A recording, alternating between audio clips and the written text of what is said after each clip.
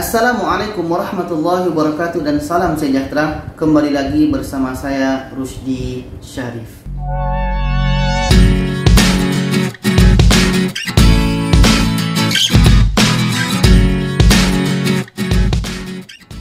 Baiklah penonton semua, apa kabar? Semoga kita selalu sehat ya, dan selalu semangat dalam menjalani aktivitas kita sehari-hari. Mudah-mudahan rezeki kita dilancarkan, mudah-mudahan urusan kita selalu dimudahkan, dan apapun yang kita buat selalu dalam lindungan Allah Subhanahu wa Ta'ala. Jadi ini berkenaan dengan sebuah video, yaitu tentang ketahuilah sebelum Anda ke sana, inilah sejarah dan fakta seronok negara Malaysia. Ketika kita bicara tentang negara Malaysia, Malaysia adalah negara jiran kita Indonesia, yang mana di Malaysia banyak didominasi oleh bangsa Melayu, dan begitu banyak orang-orang kita Indonesia yang juga pergi bekerja ke sana, atau bahkan orang-orang kita negara Indonesia yang pergi jalan-jalan ke sana karena begitu dekat dengan Indonesia ya. Tapi apakah kita tahu banyak fakta-fakta yang seronok, atau mungkin banyak fakta-fakta yang tidak kita tahu? Jadi sekarang kita lihat videonya ya, apa sebenarnya isi daripada video ini. Video ini saya ambil daripada channel YouTube Data Fakta. Sama-sama kita subscribe channel YouTube Data Fakta, dan sekarang kita lihat videonya.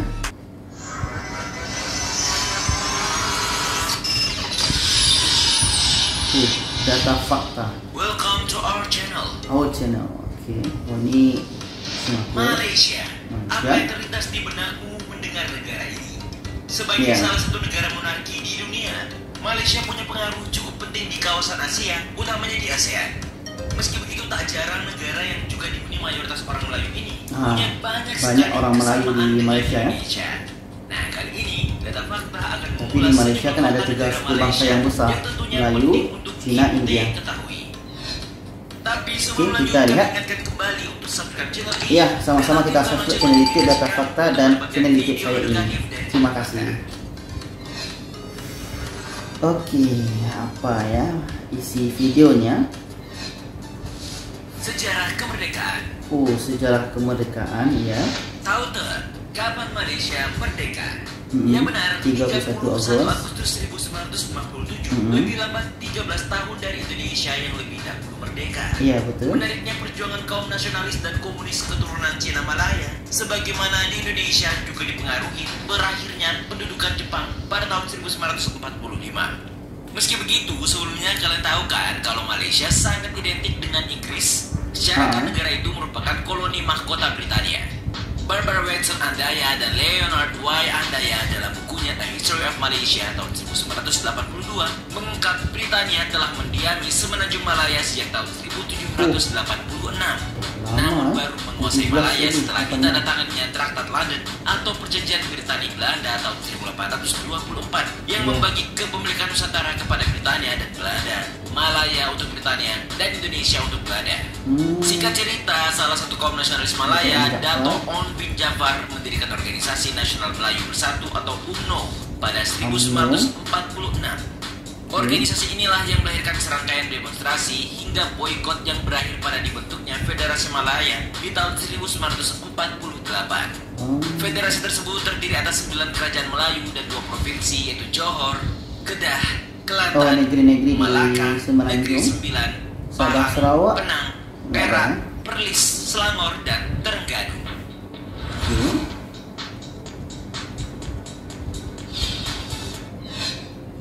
Oh, tadi kan sejarah kemerdekaan ya. Oh, sistem pemerintahan lagi. Ini bagi yang belum tahu saja ya, soalnya kami cukup yakin kalau kalian sudah tahu banyak perihal ini.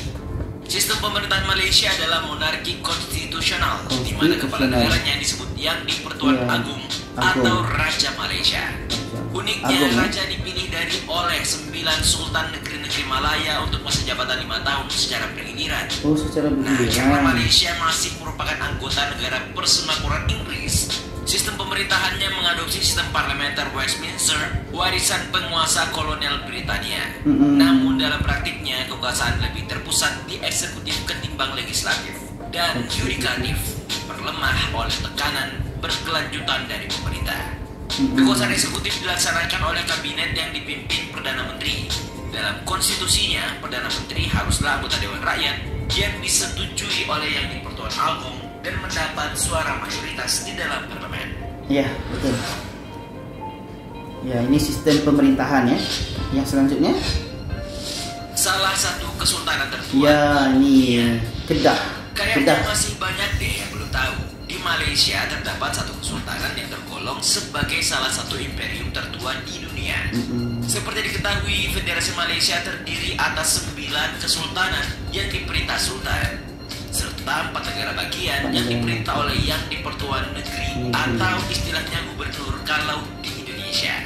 Nah, terkait kesultanan mana salah satu yang tertua, kita bisa cek di buku Ancient Empires from Mesopotamia to the Rise of Islam tahun 2011 dari Eric H. Klein dan Mark W. Graham.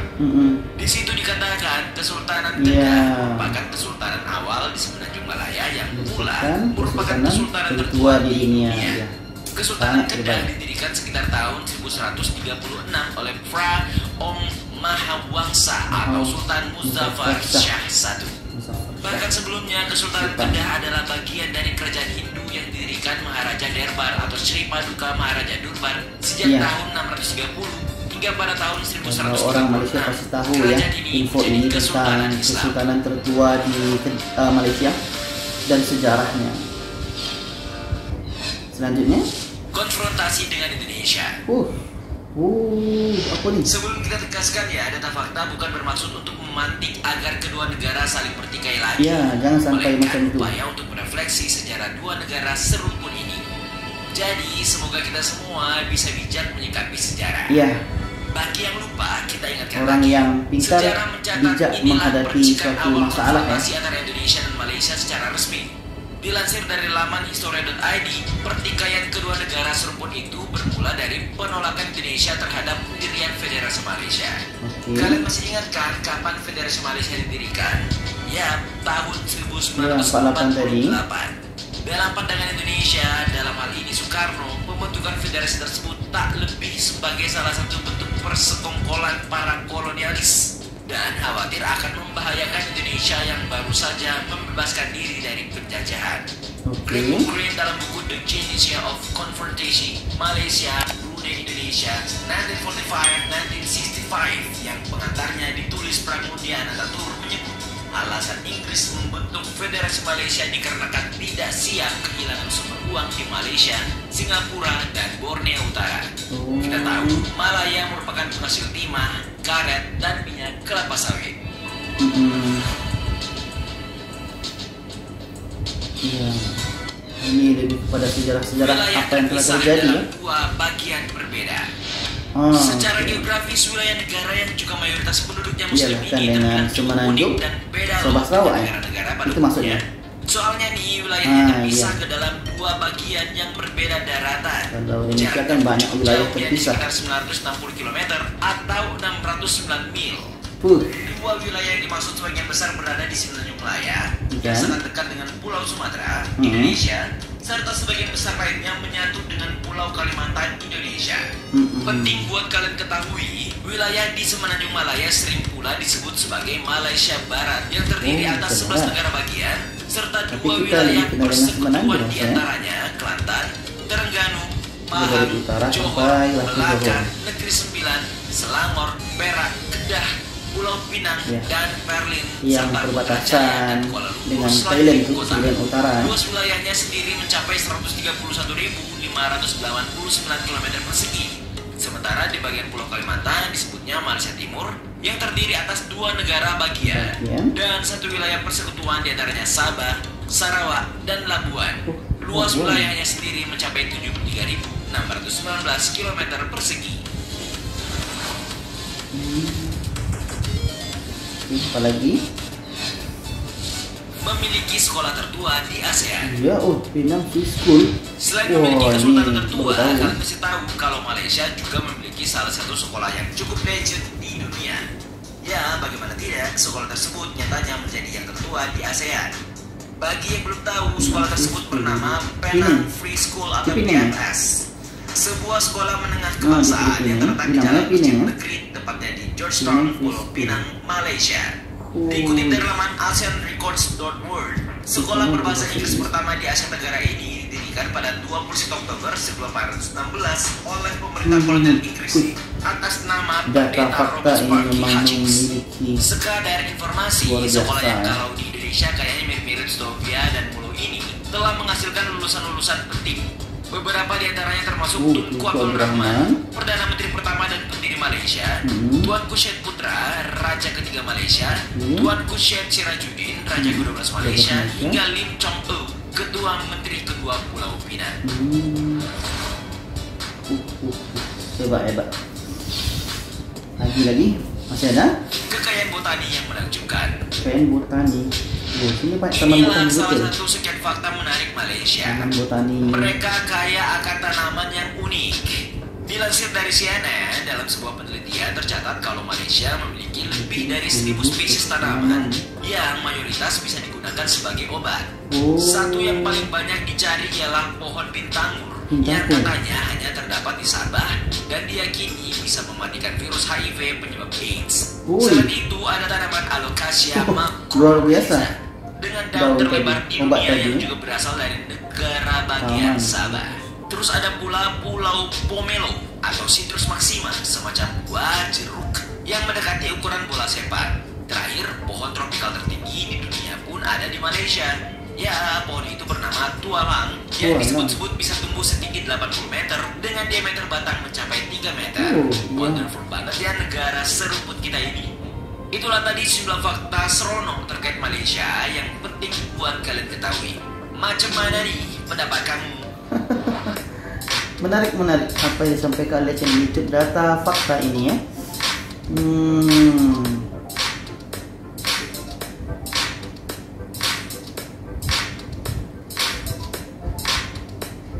Ada lagi, dah penutup nih. Oke, penonton semua, begitu banyak info yang sangat penting kita dapat pada video ini daripada channel YouTube Data Fakta ini. Ada begitu banyak fakta yang mungkin penonton banyak tahu, mungkin juga penonton banyak yang tidak tahu, atau mungkin ada beberapa tahu di antara fakta-fakta tadi ya.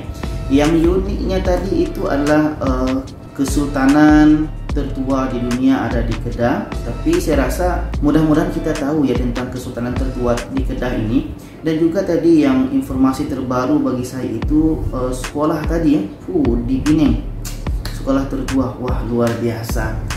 Begitu juga tadi dengan Taman Botani. Ini Taman Botani ini saya pun terkejut ya. Di Malaysia ini memang banyak taman botani ya, di Putrajaya, di tempat-tempat lain. Saya pun awalnya memang banyak berpikir ya, kenapa taman botani banyak di Malaysia. Tapi ketika saya melihat video ini, rupanya taman botani ini memiliki sesuatu yang mungkin tidak banyak orang tahu. Kalau orang-orang yang berkecimpung di dunia obat-obatan ini, atau orang-orang yang berkecimpung di bidang kalau di Indonesia disebut fisika, itu mungkin ramai yang tahu tentang kalau disebut taman botani pasti ada hubungannya dengan obat-obatan atau dengan tanam-tanaman atau dengan sesuatu yang berkaitan dengan hutan macam itu ya. Di sini saya baru tahu kalau taman botani itu rupanya ada banyak obat-obatan yang ada di situ, yang ditanam di situ. Menarik. Apalagi tadi satu tanaman yang ada di Sabah Sarawak katanya tadi ya, yang boleh menjadi obat kepada HIV. Ini sangat menarik sebenarnya. Banyak begitu fakta-fakta yang kita perlu tahu tentang Malaysia. Apalagi kita yang selalu berkunjung ke Malaysia ini patutnya perlu tahu. Karena kalau kita berkunjung ke suatu daerah, ke suatu negara, tentunya kita perlu tahu ada apa di negara tersebut, ada apa di tempat tersebut. Setuju atau tidak penonton? Penonton boleh komen di bawah dan mari kita berbincang tentang negara jiran kita ini, Malaysia. Dan tentunya fakta-fakta menarik tentang Malaysia ini masih banyak lagi. Dan kalau ada, penonton juga boleh komen di bawah. Dan terima kasih, jangan lupa share video ini kepada yang lainnya supaya lebih ramai yang tahu. Terima kasih. Wassalamualaikum warahmatullahi wabarakatuh.